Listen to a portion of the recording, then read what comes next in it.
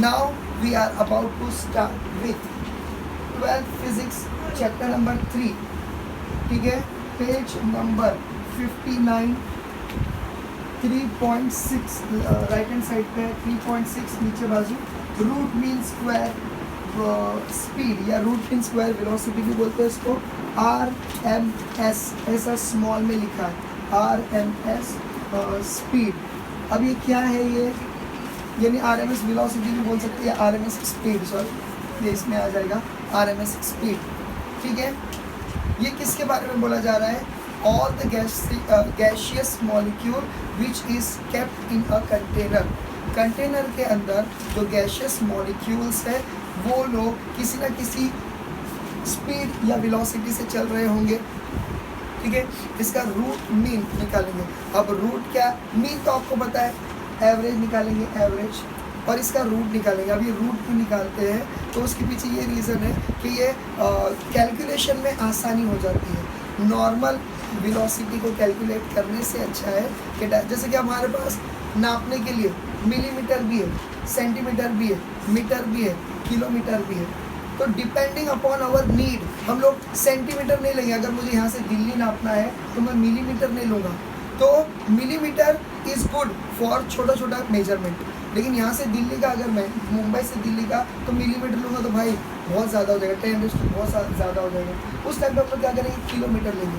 लेकिन अगर आपकी बुक में इसने बोले कि चलो इतना सा ट्राइंगल बनाओ, आप उसको किलोमीटर में नहीं लेंगे, क्योंकि वो समझ में आया. तो रूट के वजह से क्या हो जाता है, कैलकुलेशन में आसानी हो जाती है. ठीक है, तो ये रूट मीन स्क्वायर वेलोसिटी हम लोग उसके लिए निकालते हैं. अब उसके लिए देखो इक्वेशन है, एक क्वेश्चन लिख लीजिए please. Derive an equation of RMS. RMS has to be small as per, मैं डिक्टेट कर रहा हूँ. क्वेश्चन लिखिए, derive an equation of RMS. RMS small लिखेंगे as per your textbook. ठीक है, RMS that is a root mean square speed. ठीक है, of gas molecule, full stop, of gas molecule full stop. हो गया, full stop. In short RMS speed के आया, अगर क्वेश्चन आया तो आपको ये डेरिवेशन करना है ऑफ गैस मॉलिक्यूल. लेकिन गैस मॉलिक्यूल होना चाहिए, RMS और गैस मॉलिक्यूल. क्वेश्चन में अगर ये दो वर्ड आए, चुपचाप से आपको यही डेरिवेशन करना है जो अभी हम लोग शुरू करने वाले हैं. तो इसकी शुरुआत होगी किससे, देखो. अच्छा, इसकी नोट्स अपनी का अपनी दे दूँगा, मैं डिक्टेट कर दूँगा. समझ में आया? पहले हम लोग इक्वेशन देख लेते हैं. इक्वेशन को ना दो हिस्सों में कर देंगे. बहुत छोटा सा इक्वेशन है, बहुत छोटा सा इक्वेशन है, आराम से हो जाएगा. ठीक है, अभी हम लोगों ने पिछले लेक्चर में प्रेशर का जो है हम लोगों ने देखे थे. ठीक है, डेरिवेशन, उसके अंदर हम लोग को क्या मिला था, 1/3. फिर उसके बाद ये क्या था, ये था वॉल्यूम, याद है V, और ये क्या था N, याद नहीं आ रहा है, NmV स्क्वायर. देखो, this V is a velocity of gaseous molecule and this V is a volume of gas. ठीक है, तो ये याद रखो, होल गैस का जो वॉल्यूम है वो ये है, और ये जो है वेलोसिटी है. इतना समझा? अब हम लोग को क्या चाहिए, देखो सिंपल है, हम लोग को रूट मीन स्क्वायर जो है, रूट मीन स्क्वायर वेलोसिटी चाहिए, यानी कि स्पीड चाहिए. तो वेलोसिटी ये है, अगर इसको निकालना है, इसकी वैल्यू अगर हम लोग को, या इसका फॉर्मूला डिराइव करना है, तो इसको अकेले को यहाँ रखो, बाकी सबको इक्वल के इस साइड भेज दो. तुम लोग को समझा? हम लोग को किसकी वैल्यू निकालना है, V स्क्वायर की वैल्यू निकालना है.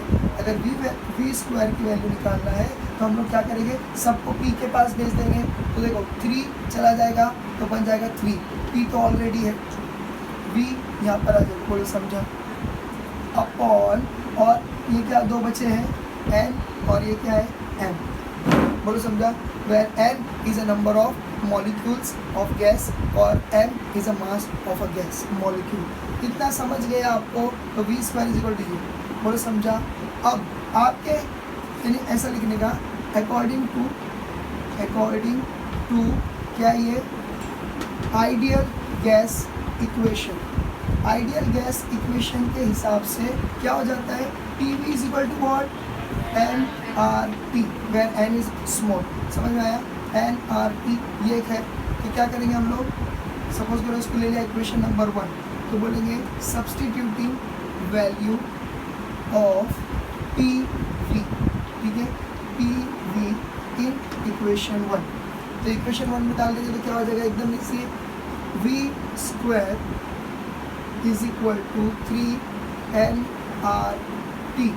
सीधा पी वी दोनों की जगह पर हम लोगों ने डायरेक्टली क्या डाले, nRT डाले, समझ में आया। पी वी दोनों हट जाएंगे और उसकी जगह पे आएगा nRT होल अपॉन n, और ये आ जाएगा क्या, ये क्या आएगा n और आ जाएगा m। इतना समझा। अब इसी चैप्टर के पहले पेज पर हम लोगों ने देखे थे but n is equal to small n is equal to capital N upon Na, number of moles, और ये है क्या, एवोगाड्रोस नंबर।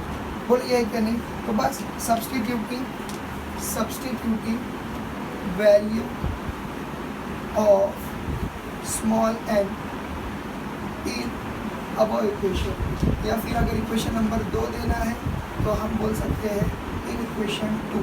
बोलो समझा। अगर ये 2 नहीं समझ रहा है, इजी है, इजी है, बहुत इजी है।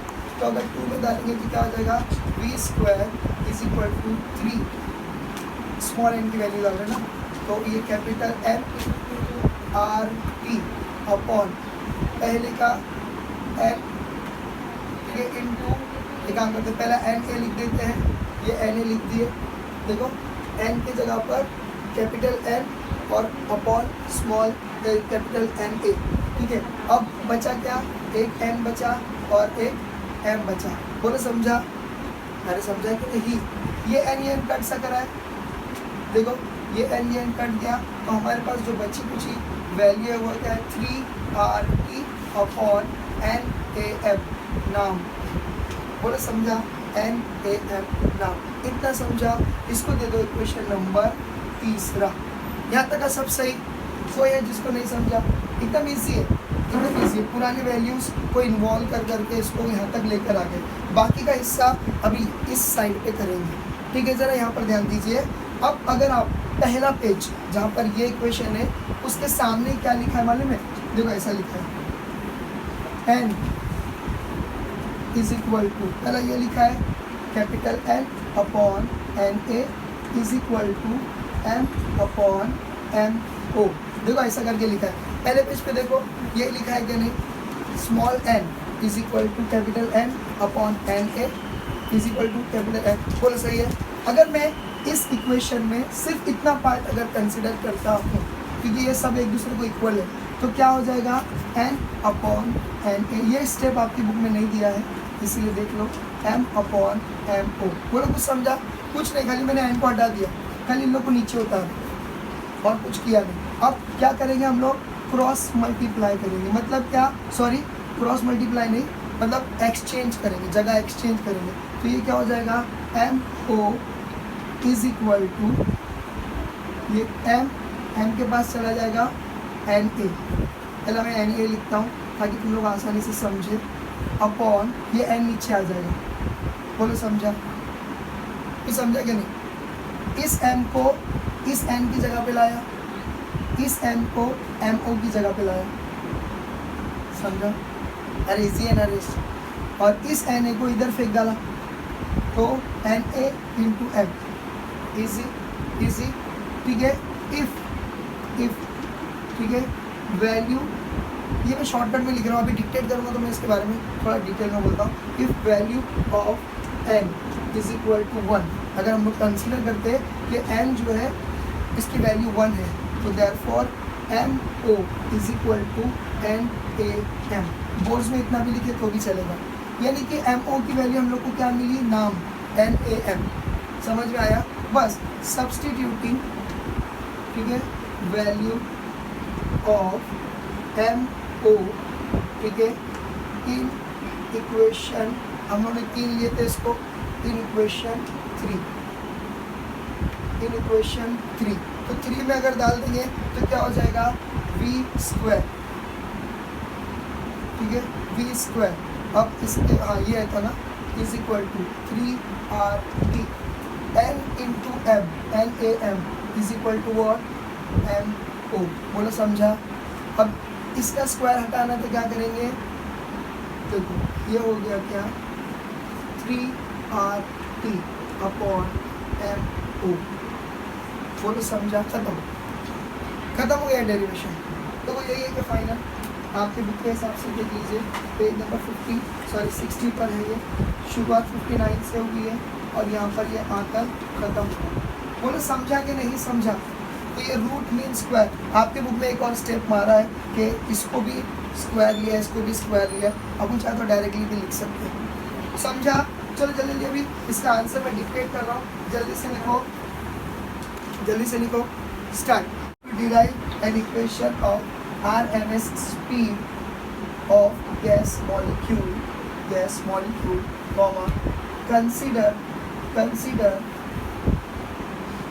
pressure of, consider the equation of an ideal gas, consider an equation of pressure of, an equation of pressure of an ideal gas, therefore अब यहाँ पर ये लिख दो, therefore P is equal to 1/3 NmV square upon V। ये V लिखना है, ये वॉल्यूम मैंने लिखा हो, आप लोग वॉल्यूम मत लिखो क्योंकि बुक में वॉल्यूम नहीं लिखा है ये वॉल्यूम ही, ये आपको समझाने के लिए कि ये दो में फ़र्क है, चाहे तो लिखना है तो लिख दो, ठीक है। ये वॉल्यूम हो गया। अब क्या करेंगे, जल्दी से करो, ये आगे का स्टेप तुमको पता है, V को यहाँ रखना है, सबको वहाँ शिफ्ट करना है, ये हो जाएगा इक्वेशन नंबर 1, ठीक है। फिर according to ideal gas equation आप पूरा कॉपी करो, यहाँ पर ये आएगा, सब्स्टिट्यूटिंग ये आएगा। फाइन, अभी ये यहाँ तक हो गया, ठीक है, ये इक्वेशन यहाँ पर ख़त्म हुआ। लेकिन एक चीज़ जो आपकी बुक में वर्बली बोला है लेकिन उसको इक्वेशन फॉर्म में नहीं बताया है, वो मैं बता देता हूँ। क्यों? क्योंकि ये इक्वेशन जो अभी मैं बताने वाला हूँ, ये इक्वेशन अगले इक्वेशन से कोरिलेट करता है। तो देखो क्या हो जाता है, ये इक्वेशन क्या है, V = √3RT अपॉन MO। इसके अंदर से सपोज करो, अगर देखो 3 क्या है, इज अ कांस्टेंट, R क्या है, यूनिवर्सल गैस कांस्टेंट, बराबर है। MO की वैल्यू अगर सपोज करो मैं 1 लेता हूँ तो उस लिहाज से, और सारे कांस्टेंट अगर मैं हटा देता हूँ, 1 नहीं लेता हूँ, इसको भी कांस्टेंट लेता हूँ फॉर अ कंटेनर, तो इसका आंसर क्या हो जाएगा, V is directly proportional to T। इससे क्या हो जा रहा है, इसका मतलब ये कि अगर कोई कंटेनर में कोई गैस मॉलिक्यूल्स है और अगर उसको हीट प्रोवाइड की जाए, मतलब इसका टेम्परेचर इंक्रीज किया जाए, तो वो गर्मी की यानी जो हीट एनर्जी है उन लोग लेकर उसको कन्वर्ट करेंगे इनटू काइनेटिक एनर्जी और फिर ये फास्ट मूव करना शुरू करेंगे।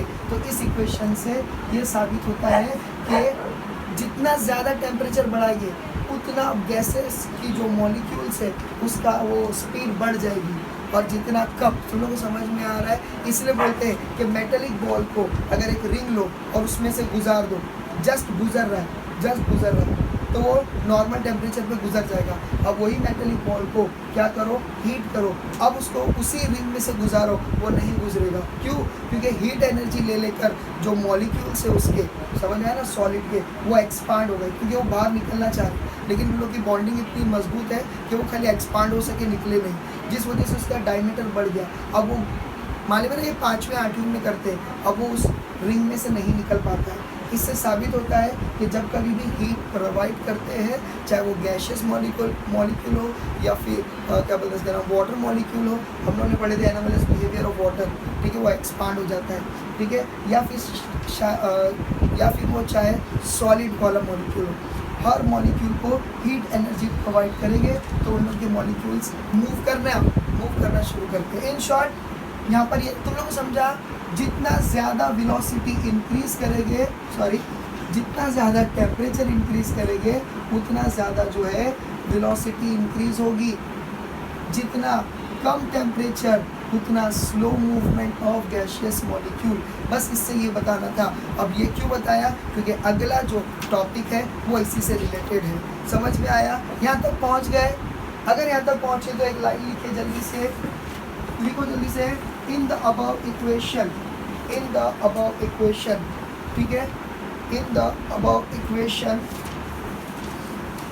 कैपिटल आर, वो आर जो है is universal gas constant, is universal gas constant, is universal gas constant, ठीक है। Numerical value 3 is also a constant, numerical value 3 is also a constant, ठीक है, कॉमा या फिर and MO is a molar mass of a gas, MO is a molar mass of a gas which is constant, which is constant for a gas molecule in same container। समझ गया? Container को अगर change नहीं करते हैं तो उसके gaseous molecule भी चेंज नहीं होंगे, ठीक है। फॉर अ पर्टिकुलर गैस, क्या बोला मैंने, which is constant for gas molecule in a container, है ना, यही बोला ना, in a container. Therefore the above equation will become, therefore the above, अरे therefore the above equation will become, ये लिख दो, ये लिख दो, V is directly proportional to under root of T, V is directly proportional to under root of T। फिर नीचे लिखो स्टेटमेंट, देखो अभी पूरी नोट्स के साथ दिया, नीचे लिखो स्टेटमेंट, इसके बाद V is directly proportional to root T। अब लिखो this means if temperature will increase, this means if temperature will increase then the velocity of gas molecules will also increase। This means if temperature will increase, this means comma, if temperature will increase then velocity of gas molecules, velocity of gas molecules will also increase and vice versa। vice versa मतलब उल्टा, vice versa मतलब क्या, अगर velocity अगर temperature कम हुआ तो velocity भी कम हो जाएगी। वाइस वर्सा का मतलब ये होता है, समझ में आया? VICE वर्सा, फुल स्टॉप। अब ये कंप्लीट हुआ है, बोलो इतना समझा? अभी देखो पेज नंबर 6060, पेज नंबर, अरे हाँ एक अपने से गलती हुई है, ज़रा सब लोग ये रेक्टिफिकेशन कर दो प्लीज़। ये इक्वेशन किसका है? RMS वेलोसिटी का है। तो जहाँ जहाँ मेरे से गलती हुई है, ज़रा ये बोलना भूल गया था, जहाँ जहाँ आपको इक्वेशन में V दिख रहा है वहाँ पर आपको RMS डालना पड़ेगा, इट इज़ कंपल्सरी RMS। यहाँ पर भी जो भी, जहाँ पर भी V था तो वहाँ पर आपको RMS डालना ज़रूरी है। ये मैं ज़रा भूल गया था आप लोगों को बताना। हर जगह जहाँ पर भी V, याद है एस्केप वेलोसिटी में हम लोग ESC लिखते थे नीचे, वैसा RMS हर जगह लिखना है। अगर ये हो गया है तो इंशाल्लाह हम लोग शुरू कर सकते हैं। Page number 60, left hand side, green box के लेफ्ट हैंड साइड पर 3.7 interpretation of temperature in kinetic theory. अब देखो ज़रा ये इंटरप्रिटेशन, ये तो और भी छोटा है, बहुत ज़्यादा छोटा है, 2 मिनट का काम है, ठीक है। अब पहला इंटरप्रिटेशन को अंडरलाइन करो और लिखो एक्सप्लेनेशन और अंडरस्टैंडिंग। दोनों भी मीनिंग इसमें सूट होते हैं, इस इक्वेशन में सूट होते हैं, एक्सप्लेनेशन और अंडरस्टैंडिंग। इंटरप्रिटेशन वर्ड को अंडरलाइन करो, लिखो एक्सप्लेनेशन और अंडरस्टैंडिंग। पहला ये बात को समझो। अब मैं इंटरप्रिटेशन वर्ड यूज़ नहीं करूँगा, एक्सप्लेनेशन और अंडरस्टैंडिंग वर्ड यूज़ करूँगा, तो ज़रा आसानी से समझ में आएगा। ज़रा ध्यान से सुनिए। Explanation of temperature in kinetic theory मतलब क्या? मतलब ये जो इक्वेशन जहाँ पर हम लोग रुके हैं अभी, ये क्या बता रहा है कि भाई जैसा जैसा टेम्परेचर बढ़ेगा वेलोसिटी बढ़ेगी, लेकिन जो चीज़ मूव करती है उसको हम लोग कौन सी एनर्जी बोलते हैं? Kinetic energy. तो यानी कि टेम्परेचर और काइनेटिक एनर्जी का भी कहीं ना कहीं एक दूसरे से जो है इक्वेशन बनता है, या कहीं ना कहीं एक इक्वेशन में ये दोनों का शामिल होना मतलब होता है। समझ में आया ना? ये दोनों शामिल होते हैं, या ये दोनों एक दूसरे से को रिलेट करते हैं। बस ये इक्वेशन हम लोग को देखना है। कुछ समझा? जैसी जैसी टेम्परेचर बढ़ाएंगे वैसी वैसी गैशियस मॉलिक्यूल जो है मूव करेंगे, मतलब वेलोसिटी बढ़ी। अगर वेलोसिटी बढ़ती है तो उसको हम लोग कौन सी एनर्जी के हिसाब से बात करते हैं, काइनेटिक एनर्जी के हिसाब से बात करते हैं। इसका मतलब टेम्परेचर का कनेक्शन कहीं ना कहीं काइनेटिक एनर्जी से है। बस ये इक्वेशन हमको देखना है, 4 या 5 लाइन का है, स्टेप का है। समझ में आ गया? तो हम लोग वो शुरू करेंगे, ठीक है। अब वो शुरू करेंगे हम लोग, ठीक है। इंटरप्रिटेशन शुरू करेंगे।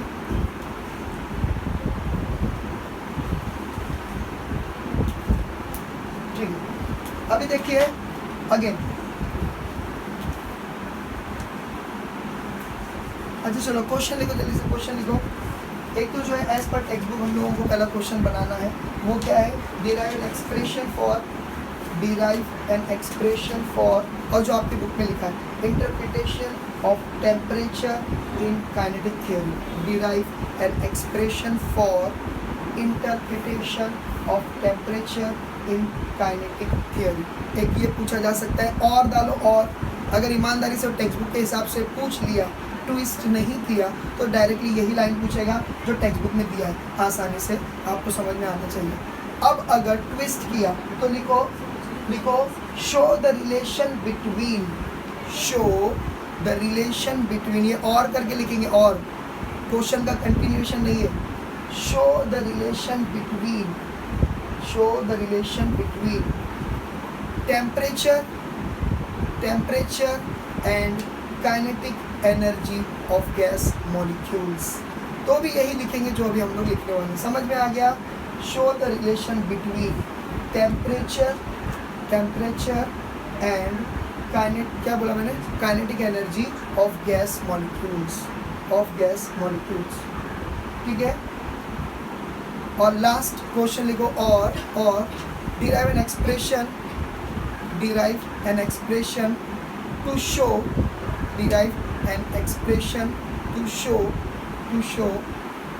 correlation between temperature and kinetic energy of gas molecule.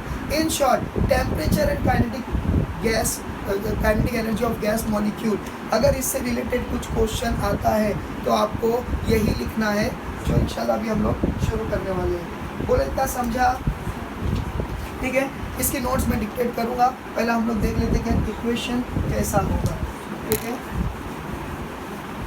पहले ये रफ वाइप आउट कर लेता हूँ, ठीक है। अभी देखो ये इक्वेशन में इससे ज़्यादा जो अभी हम लोगों ने आरएमएस किए थे उससे भी ज़्यादा इजी है, ठीक है। ये क्या 3.7, ठीक है, इंटरप्रिटेशन ऑफ क्या बोलते हैं टेम्परेचर एंड काइनेटिक एनर्जी, इसके बारे में है। तो इसको मैं वापस से आधे में कर देता हूँ, शायद आधा भी लगेगा नहीं, ठीक है। स्टार्ट। तो हम लोग क्या करेंगे, again we will be considering the pressure वाला इक्वेशन, ठीक है। और ये क्या था, ये था V यानी कि वॉल्यूम, ये क्या था, एक था M, ये था V, और ये क्या था यार, कैपिटल N है ना, बस और कुछ नहीं है ना, ये स्क्वायर है बस, और कुछ नहीं ना, ठीक है। तो हम लोग वापस से ये प्रेशर वाला इक्वेशन कंसिडर करेंगे, ठीक है। अब पहले स्टेप में देखो क्या करेंगे, इस वॉल्यूम को यहाँ फेंक देंगे, क्या करेंगे, इस वॉल्यूम को यहाँ फेंक देंगे, तो ये बन जाएगा क्या, PV। याद रखो ये वॉल्यूम है और ये वेलोसिटी है, ये फ़र्क याद रखो, ठीक है। 1/3 और ये N, ये M और ये V स्क्वायर, बोलो हो गया। अब क्या करेंगे, देखो हम लोग को काइनेटिक एनर्जी को इसमें डालना है, इन्वॉल्व करना है। अब काइनेटिक एनर्जी का फॉर्मूला क्या होता है, काइनेटिक एनर्जी का हाफ mv², जिसमें से एक कंडीशन हमको मिल रही है, तो हमको हाफ को क्रिएट करना है,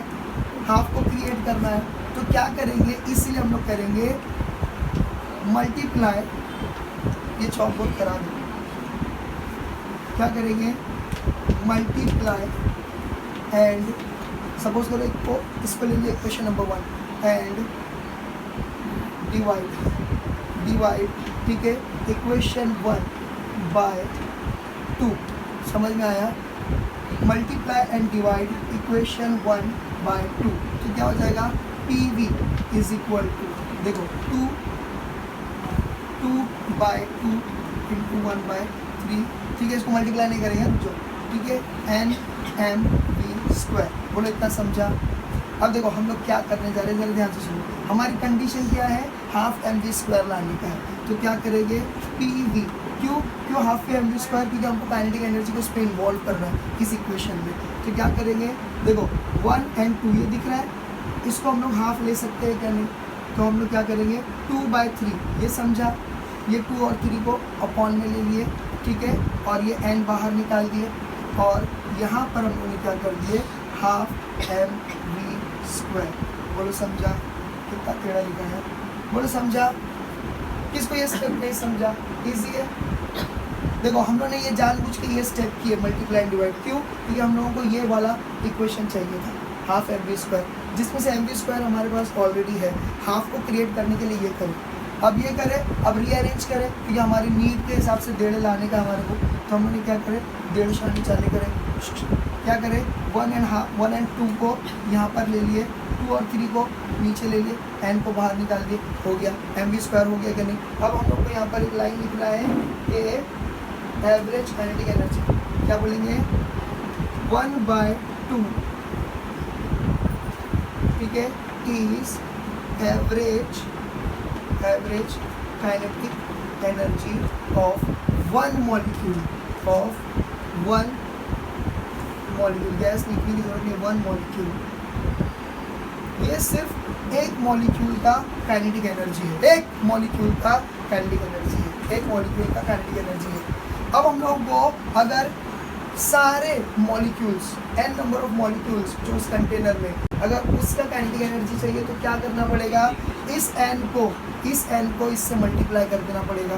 मतलब समझ आया, इस n को अगर मल्टीप्लाई करेंगे तो क्या हो जाएगा PV इज इक्वल टू 2/3, इसको ऐसे ही रहने दो, और इसमें क्या लिखेंगे n इंटू हाफ mv²।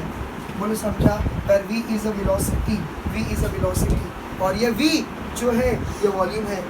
अब इसको क्या लिखेंगे, वेयर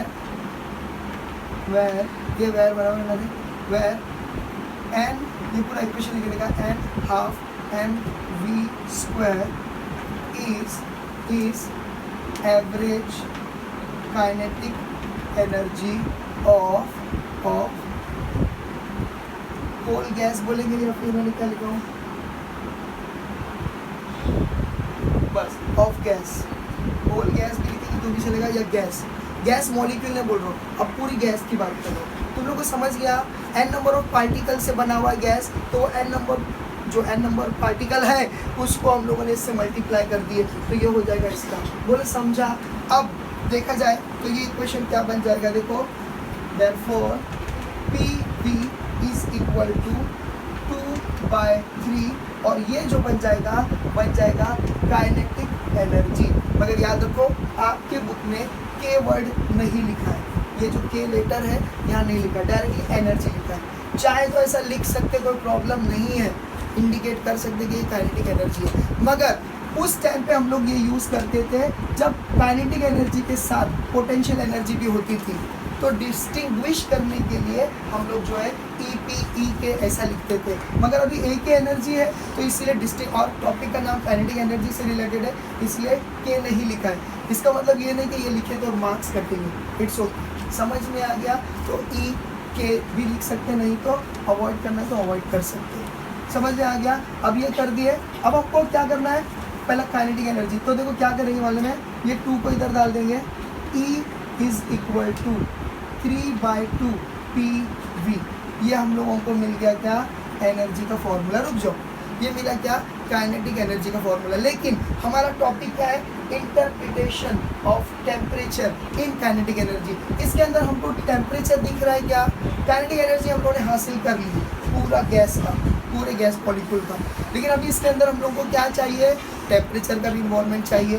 तो इसके साथ तो खिलवाड़ नहीं हो सकता, इसी के साथ खिलवाड़ हो सकता। मतलब यही इक्वेशन के ज़रिए से टेम्परेचर को हम लोग को प्रोड्यूस करना है या इंट्रोड्यूस करना है इसके अंदर। तो क्या करेंगे, अकॉर्डिंग टू, हाँ वेरी गुड, ये हो गया ना, according to ideal gas equation क्या हो जाता है, PV is equal to nRT। अब देखो T आ चुका है, अब देखो T आ चुका है। कब तक वो लाश का बोझा संभालेंगी? हटो जरा, अरे दो घप करके जरा, मुँह टेढ़ा हो जाना चाहिए, समझ में आया? सॉरी यार, चुप बैठो एकदम। हाँ, इतना समझ में आ गया। तो देखो क्या हो जाएगा, E, अरे हाँ बोला नहीं मैंने, सब्सटीट्यूटिंग वैल्यू ऑफ PV। कितने क्वेश्चन नंबर दिया मैंने अभी तक? एक ही दिया ना, ये 2 है समझ लो, ठीक है। इन इक्वेशन 2 अगर ये दे देते तो क्या हो जाता है, E is equal to 3/2 nRT।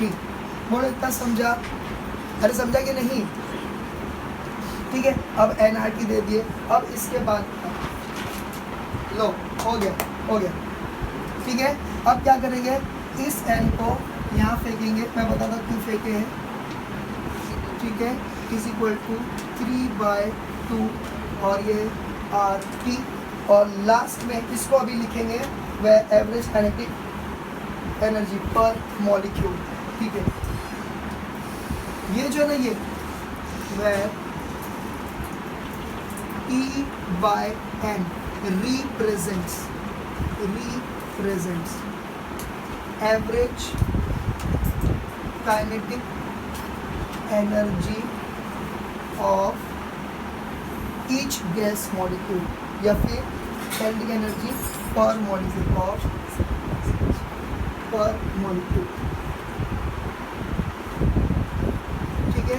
बस अब इसके बाद एक ही स्टेप बाकी है, वो हम लोग लिखेंगे। फिलहाल यहाँ तक आप पहुँच जाओ, जल्दी करो। हाँ पहले लिखो, स्टार्ट करेंगे। क्वेश्चन लिख दिए थे ना, अभी इसके आगे का लिखिए। अकॉर्डिंग टू, आंसर की शुरुआत ऐसा करेंगे, अकॉर्डिंग टू, अरे तुम इसको वो डिस्टर्ब मत करो। According to the equation of average pressure of an ideal gas,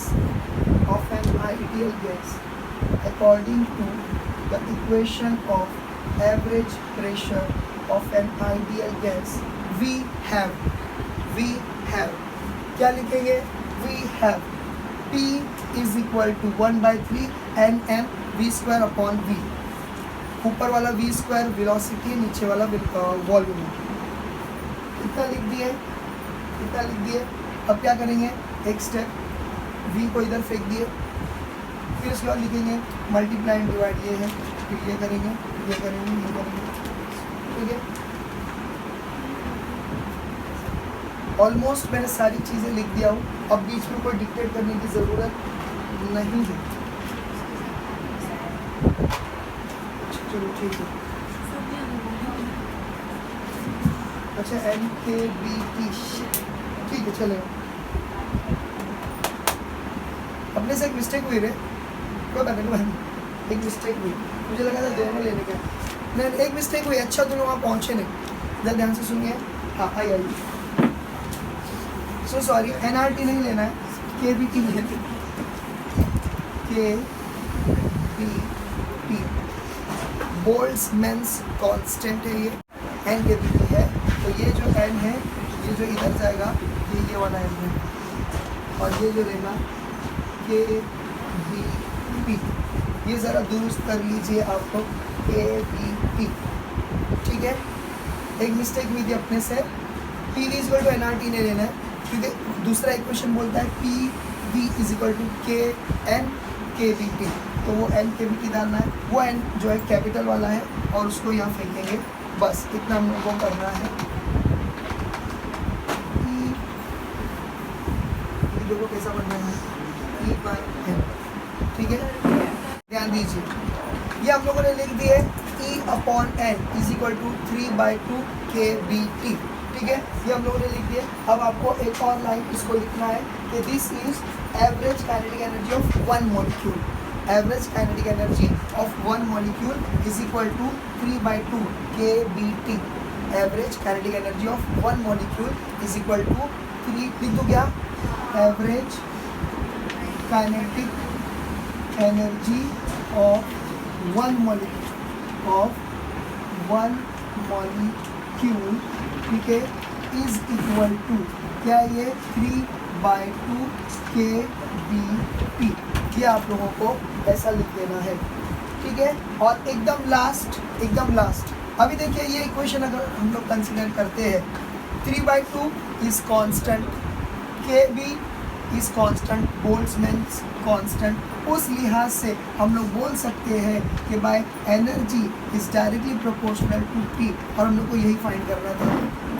E bye N है, लेकिन मैं बोल रहा हूँ ये ईच मॉलिक्यूल के लिए अपन ने ये निकाले। अगर हम लोग एक स्टेप पीछे जाते हैं तो यहाँ पर भी हम लोग ये कर सकते हैं, ठीक है। तो क्या बोलेगा, energy is directly proportional to T।